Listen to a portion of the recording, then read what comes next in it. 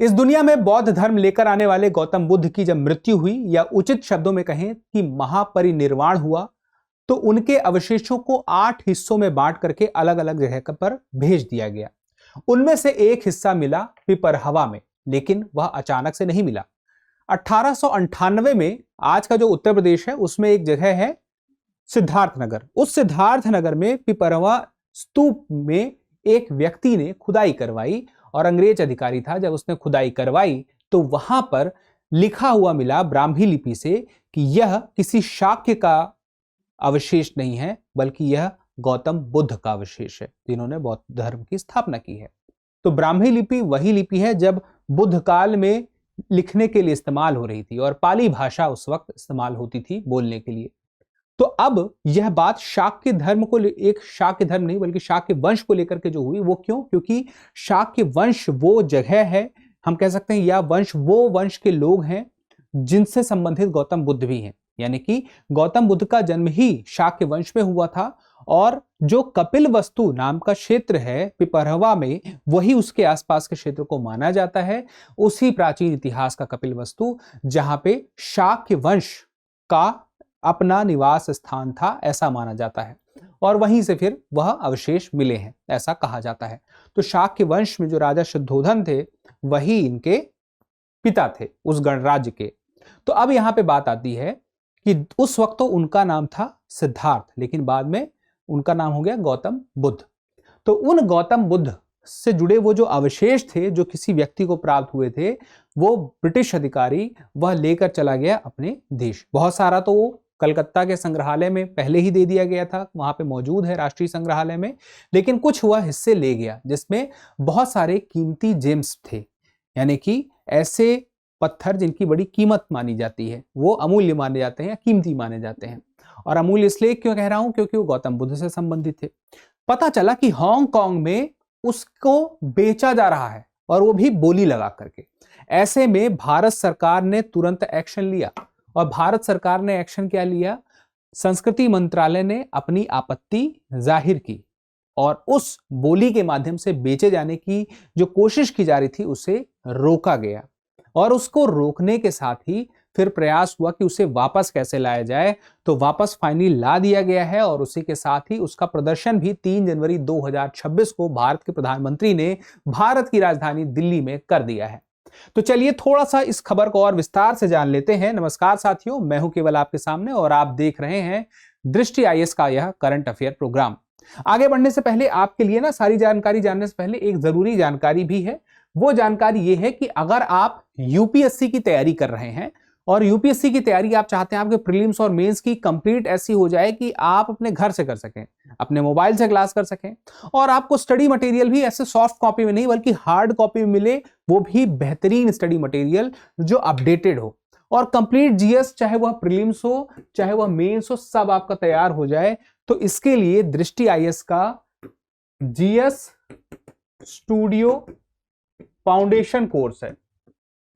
अब ये GS studio foundation course क्यों फायदेमंद होगा आपके लिए? क्योंकि यह लाइव ऑनलाइन है, और लाइव ऑनलाइन यह कोर्स आपको, जिसमें सारी क्लासेस और स्टडी मटेरियल मिलेंगी, यह पूरा कोर्स रहेगा 14 महीनों में कवर होने के लिए, और 1.5 साल तक आप इस कोर्स की सभी क्लासेस को जितनी बार चाहे उतनी बार देख सकते हैं। यानी कि रिवीजन की कोई चिंता ही नहीं है, और टेस्ट भी इसमें मिलेंगे, प्रीलिम्स और मेंस दोनों के टेस्ट इसमें आपको मिलेंगे, यानी कि आप अपना आकलन भी कर सकेंगे। तो ये कोर्स कितने में रहने वाला है? ये कोर्स रहने वाला है सिर्फ 24,999 रुपए में। और अगर आप चाहते हैं कि ये कोर्स आपको और कम फीस में मिल जाए, जो कि दृष्टि लर्निंग ऐप पे अवेलेबल है, तो आपको करना यह है कि दृष्टि लर्निंग ऐप पे इस कोर्स पे जाना है, बाय नाउ पे क्लिक करना है, और वहां पर कूपन कोड आप अप्लाई कर दें। तो कूपन आपको क्या लिखना है? कैपिटल में KEVAL, और जैसे ही आप कूपन वहां पे मेंशन करेंगे, अप्लाई करेंगे, ये फीस और कम हो जाएगी। तो आप इसका लाभ जल्दी से जल्दी ले लीजिए। आपको अतिरिक्त जानकारी चाहिए तो आप इस नंबर पे कॉल कर सकते हैं, 8750187501। तो चलिए मिलते हैं हम आगे अपने उस टॉपिक के साथ में। तो जैसा कि मैंने आपसे बताया कि 1898 में विलियम कैलेक्टसन पेपे जो खोज करता थे, हम कह सकते हैं खुदाई करता थे, तो उन्होंने सिद्धार्थनगर जिले जो उत्तर प्रदेश का है, वहां पे पिपरहवा में, वहां पे गांव में स्तूप में खुदाई के दौरान उन्हें अवशेष मिले जहां पे लिखा था कि ये बुद्ध के अवशेष है। मैंने क्या बताया था, कौन सी लिपि में, तो ब्राह्मी लिपि में। ठीक है, फिर उसके बाद फिर कपिल वस्तु से क्या संबंध है, तो मैंने बताया था कि कहा गया कि ये वही जगह है जो शाक्य वंश से संबंधित गणराज्य था कपिल वस्तु, वहीं पर ये अवशेष मिले हैं। तो उसका संबंध उसी क्षेत्र से लगा क्योंकि ये उत्तर प्रदेश और नेपाल बॉर्डर का क्षेत्र है सिद्धार्थनगर, और वहीं उसी क्षेत्र को कपिल वस्तु का क्षेत्र माना गया था शाक्य वंश का। तो अवशेषों की प्रकृति यानी कि क्या क्या मिला, तो कुछ हड्डियां मिली थी उस दौरान, बहुत सारे जैसे नीलम मिला था, और क्या मिला था, सोना मिला था, और बहुत सारे स्टोन मिले थे। स्टोनों की संख्या लगभग 1800 के आसपास थी, लेकिन उसमें से कई स्टोन जमा तो कर दिए गए, यहीं आ गए वापस सुरक्षित संग्रहालय में, लेकिन बहुत सारे लेके चले गए वो वापस अपने देश। तो 339 जो 49 कीमती रत्न थे वो रह गए, और लगभग मिले थे 1800 के आसपास। उसमें माणिक, पुखराज, नीलम, सोना सब कुछ था।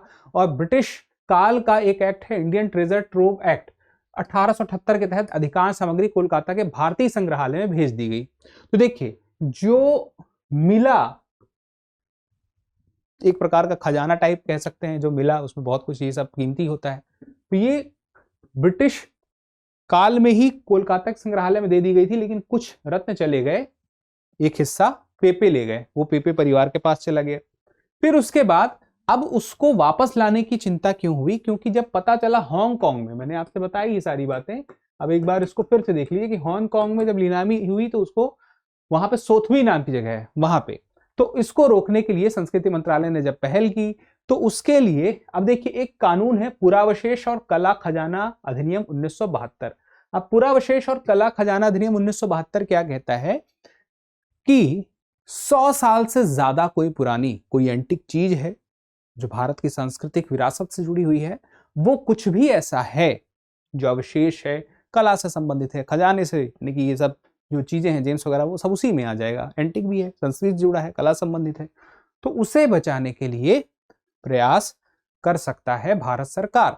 तो ये कानून जिसके तहत बना था 1970 का एक यूनेस्को कन्वेंशन था, उस यूनेस्को कन्वेंशन के आधार पर ही ये कानून बना था, और भारत उसी आधार पर अपनी चीजें प्राप्त करना चाहता था। लेकिन दिक्कत ये थी कि 100 साल, अब ये जो था 1972 का कानून था, और इससे पहले ही ये चीजें काफी पहले भारत से जा चुकी थी, तो इसी वजह से लाना थोड़ा पेचीदा था।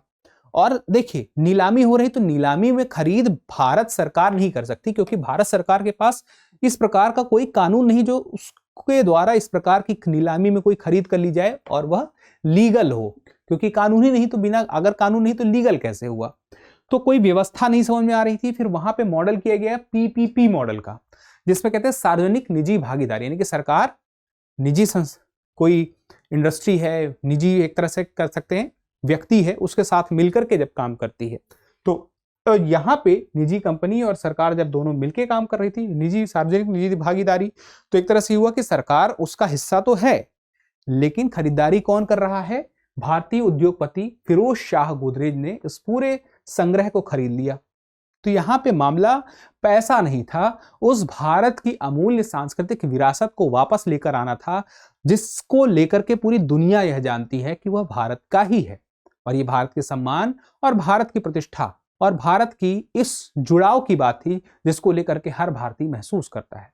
यानी कि बौद्ध धर्म से जुड़ा हर व्यक्ति नहीं है, लेकिन बौद्ध धर्म के विचार, बौद्ध धर्म और गौतम बुद्ध की विचारधारा को लेकर के हर किसी में एक हद तक सहमति दिखाई देती है और सम्मान दिखाई देता है, ये उसी का ही एक परिणाम है।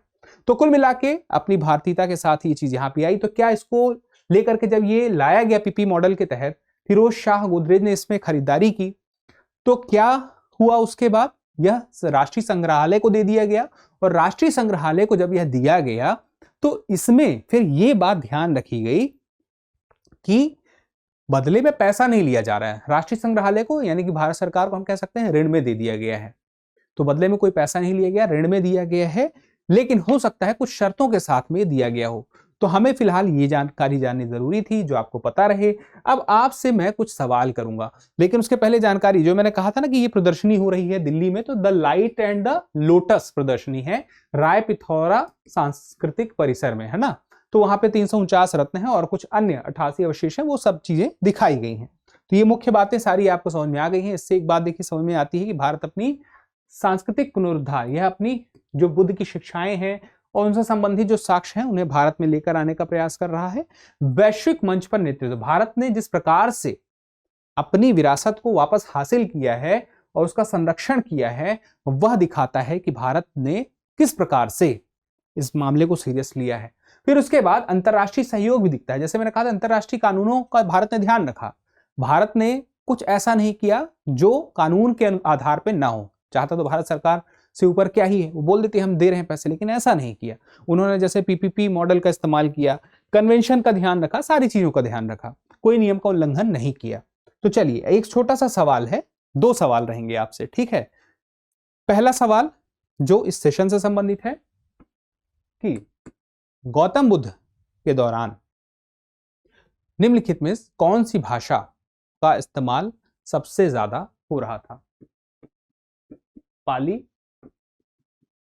प्राकृत और इसके अलावा संस्कृत, या इनमें से कोई नहीं?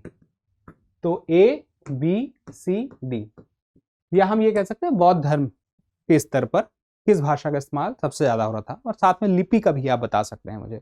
और इसके अलावा एक महत्वपूर्ण सवाल यह है कि गौतम बुद्ध का संबंध किस गणराज्य से है, और उसके अलावा तीसरा सवाल ये कि जैन धर्म का जो समय है, या जो गौतम बुद्ध के समय के साथ साथ हम देखते हैं महावीर जैन का समय चल रहा था, तो वो क्या था? अगर आपने इतिहास पढ़ा है तो वो आपको पता होगा, इतिहास के पन्नों को पलट के एक बार देख लीजिएगा। फिलहाल के लिए इतना ही, मिलते हैं अगले सेशन में। तब तक के लिए क्या करना है, स्वस्थ रहना है, मस्त रहना है, पढ़ते रहना है। धन्यवाद। अब एग्जाम की तैयारी को और बेहतर करने के लिए हमारे चैनल को लाइक, शेयर और सब्सक्राइब करना ना भूलें।